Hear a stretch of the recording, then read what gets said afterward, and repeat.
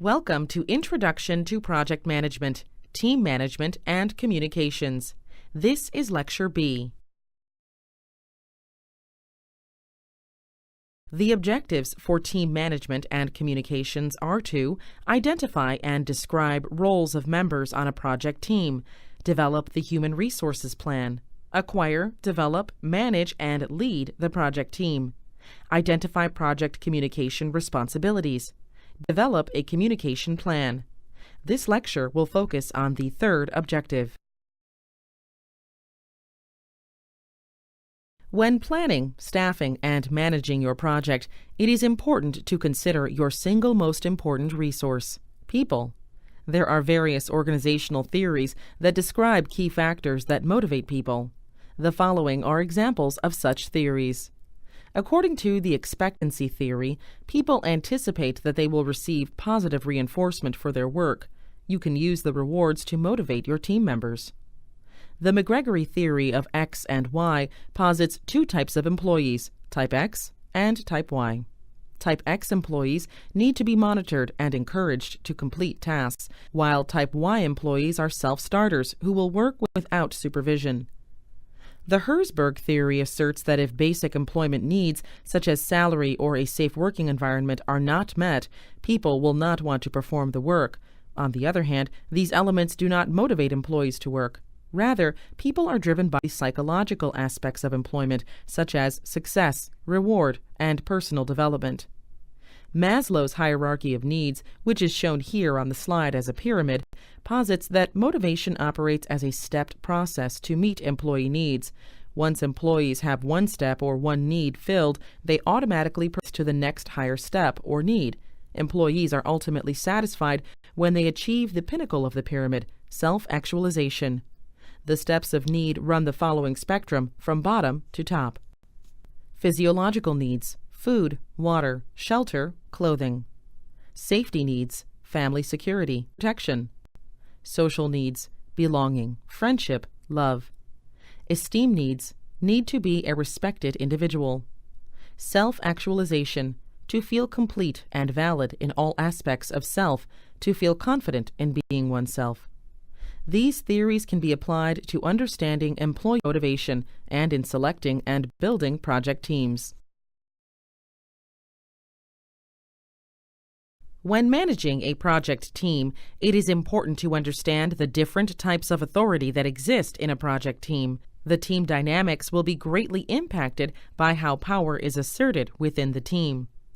Referent power is individual power based on a high level of identification with, admiration of, or respect for the power holder. Formal power is based on rank or position. This type of power is where the project manager has been assigned by senior management to be in charge of the project. Technical power is based on strong technical skills in the project's domain. Coercive power is authority or power that is dependent on fear, suppression of free will, and or use of punishments or threats for its existence. This is in effect if the project team is afraid of the power the project manager holds. As a project manager, you can increase your power and influence by doing the following: generate high levels of trust, worker satisfaction, and motivation. Communicate openly and effectively. Listen with empathy by demonstrating a desire to understand and creating a strong rapport with your colleagues. The acquire project team process involves the process of obtaining the specific people needed to accomplish all phases of the given project. Ideally, your team members bring specific qualifications and capabilities to the project team, although when workloads require, duplicity may be required. Often, the ultimate selection of a project team is made by the project management team. In addition to the goal of diversifying the team and acquiring team members that bring different assets to the team, a number of other factors should be considered when choosing the team members. Those factors include a series of enterprise environmental factors, such as work experience, availability, and cost, among others. Derivation of clear and concise project organizational charts, and formulation of a thorough staffing management plan. Once the team has been properly staffed, the next steps or outputs of the process involve staffing out assignments to the team, determining availability of resources, and updating your staffing management plan. Role requirements outline the type of staff the project needs. The project management team can use that as a basis for filling the project team with the personnel that is needed. In the selection and acquisition of the project team and all other project resources, negotiation is the #1 most important skill for a project manager or leader to hold. It is important to keep in mind that your gain is often going to be someone else's loss within the organization or outside the organization. So negotiate wisely and strive to negotiate win-win situations as much as possible. In highly matrixed organizations, this is especially true, as the majority, if not all of your project team, will not report directly to the project manager. When faced with a tough negotiation, consider the following guidelines. Maintaining high aspirations will lead to a more successful negotiation. Do not reveal your initial position. Think about concessions before you make them. Ask questions to find out more about the other side's position. Be discreet and only reveal the information necessary at the time. Check to see that there is proof behind any assumptions being made. Take your time. Quick settlements aren't always the best ones. Develop a plan beforehand to improve performance during a negotiation. Stick to the plan and stay focused throughout the entire process. Use power play sparingly, or retaliation could result. Know when to walk away and say, "No deal." The develop project team phase refers to the early stage planning process in which the fundamental core of the project team is put in place. But it is also important to consider throughout the project, as the project is executed by the team and progress is monitored and controlled. These individuals make up the project team, and the maximization of their performance is essential to the proper functioning of the project process and the ultimate successful completion of the project, as well as the successful completion of all of the individual components within. The process of developing the project team refers to the specific activity of enhancing the performance of each individual member of the project team, as well as the overall performance of the team as a whole by improving the individual competencies of the team, as well as enhancing the communication and interactions among the team members. Essential to the entire life of the project and imperative to its ultimate success is effective and reliable communication. Examples of team development: helping the clinical staff understand the technical side of the project, and helping the technical personnel to understand the clinical need that the project will be filling. Taking the clinical or technical personnel on a tour of each other's areas and explaining some of the equipment used is a great learning experience for both sides. A strong and effective team will increase the ability of each stakeholder or project participant to contribute to the overall project. This will directly lead to an increased ability of the team to function well as a team. Team building activities can be as simple as weekly team meetings, a regular social event, or more structured activities such as mock problem solving. Good team chemistry is essential to a highly functional team. Team members must obtain a high level of trust and interdependency, as well as the ability to resolve conflicts in a positive manner. Be sure to balance out everyone's strengths and weaknesses. If you feel that you are top-heavy in a particular skill level or knowledge base, seek out personnel that compensates and balances the group. Having all clinical staff on a health IT project would never work, just as having all technical or administrative staff on a clinical project would never work. So what makes up effective project teams? Effective project teams can be described by the following characteristics. First, they support and trust each other. The team has clear objectives. They are on the same page and heading in the same direction. Based on their trust, they are open to cooperation and conflict. They help each other, but are not afraid to disagree and positively resolve conflicts in order to achieve a better result. The team has effective processes and procedures in place. These are often documented in a project chart. They help avoid conflict, improve communications, and depersonalize decision-making. Solid leadership helps keep team morale high, provides a clear vision, and supports the team in achieving individual and team goals. Attention is given to individual development, whether through stretch assignments or formal training opportunities.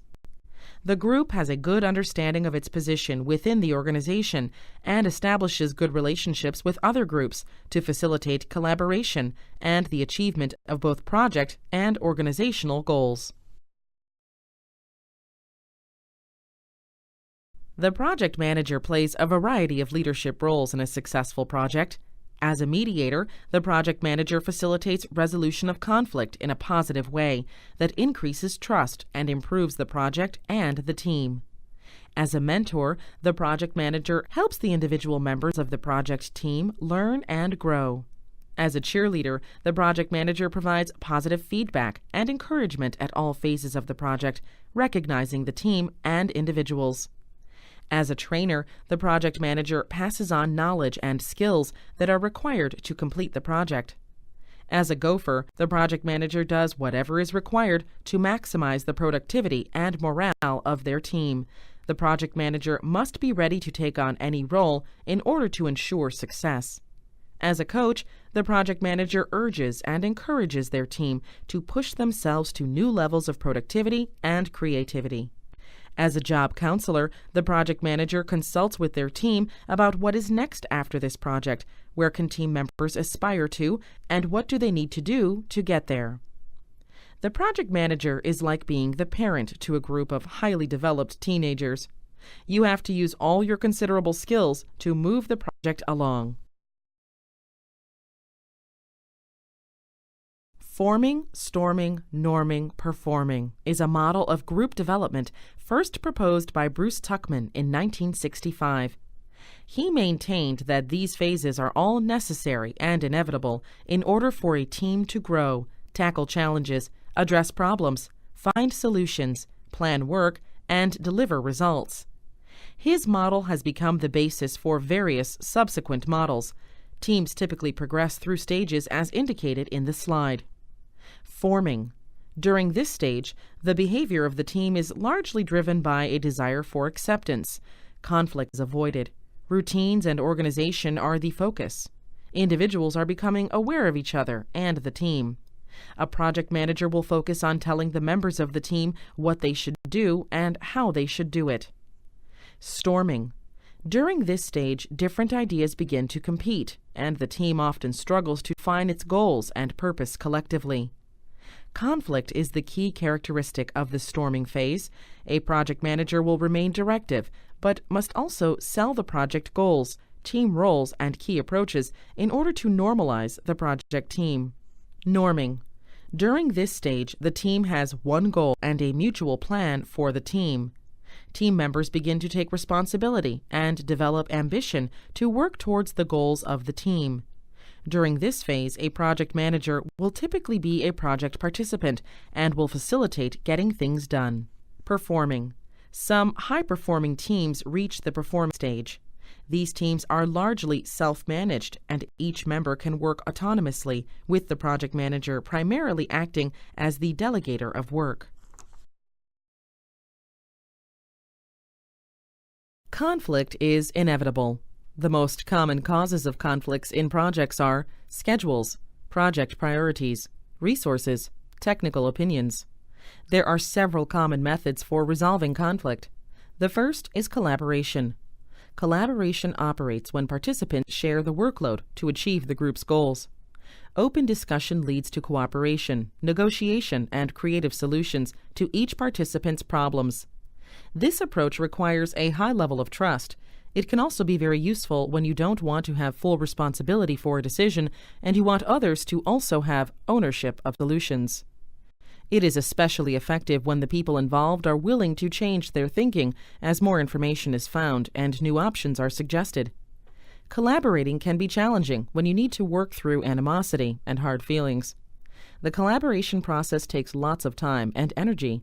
In some cases, you will encounter people who may take advantage of other people's trust and openness. The second method to resolve conflict is compromise. Participants compromise by resolving their issues through mutual concessions. That is, each participant concedes a small point to achieve a greater good for the group. It is possible, but can also be challenging when people of equal status are equally committed to goals. Compromise can be a useful, efficient technique if you apply it to small or medium-sized issues within the major conflict rather than the broad issue under contention. Holding out for large concessions can create frustration, ill will, and rancor, and ultimately end negotiations. This resolution can spawn cynicism, especially if there's no commitment to honor the compromise solutions. The process of accommodation focuses on a shared goal that outranks participants' smaller individual goals. By prioritizing the relationship over separate needs, accommodation relieves conflict. It can also be used when an issue is not as important to you as it is to the other person, or you may choose to use it when you understand that your position is not sound or currently viable, or to engender goodwill among the other participants. Accommodating can also be used when harmony is extremely important or when the parties have in common something that is more important than their differences. Drawbacks of accommodation can be that your own ideas don't get attention or that your credibility and influence can be lost. Competition implies a winner and a loser in the conflict. When the stakes are high, the pressure is mounting, and time is of the essence. Need to win can be a critical motivator for a participant. Use caution, however, as competing can escalate conflict and losers may retaliate in some way. Finally, you may decide to use avoidance strategies such as retreating, circumventing, or delaying an issue if the current time or place is not appropriate for resolving the conflict directly. Avoidance may be your best option when you feel that the issue is not critical. The relationships are more important than the outcome. Tempers are rising. Other problems need to be addressed. Losing is inevitable. You are emotionally invested in the outcome. Others are better to fight this battle. Or you simply need more information to argue your side of the issue. It is important to understand that postponing conflict sometimes can make matters worse.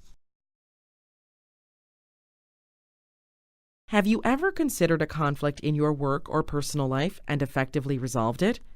Which of the techniques described in the last slide did you use? Make a list of these techniques. Ground rules will provide clear protocols for behavior and project work. They also often provide a set of processes for how to deal with behavior outside of the defined ground rules. Ground rules are typically defined in the project charter and are based on existing organizational process and policy.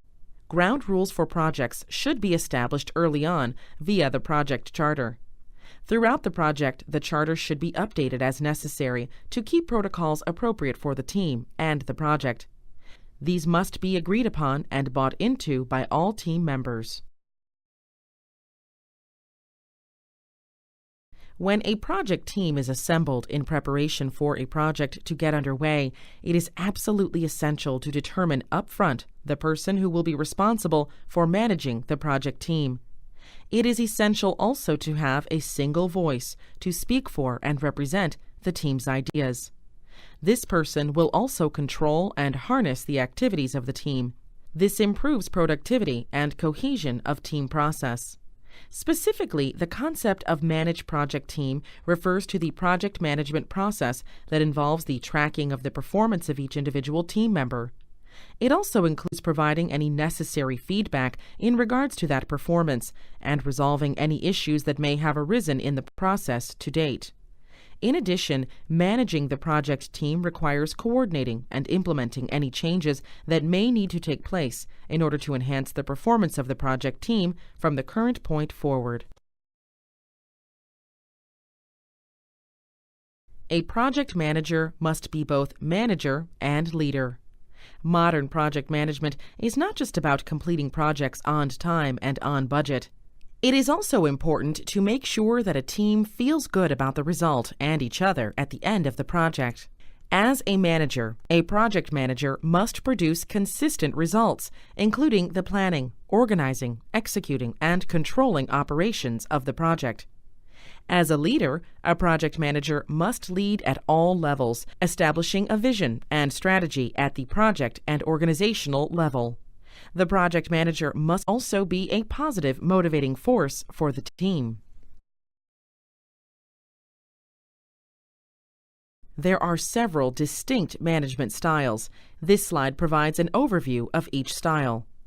An autocratic style means that the manager makes decisions unilaterally and without much regard for subordinates. As a result, decisions will reflect the opinions and personality of the manager. This in turn can project an image of a confident, well-managed business. On the other hand, subordinates may become overly dependent upon the leaders and more supervision may be needed. In a democratic style, the manager allows the employees to take part in decision-making. Therefore, everything is agreed upon by the majority. The communication is extensive in both directions, from subordinates to leaders and vice versa. This style can be particularly useful when complex decisions need to be made that require a range of specialist skills.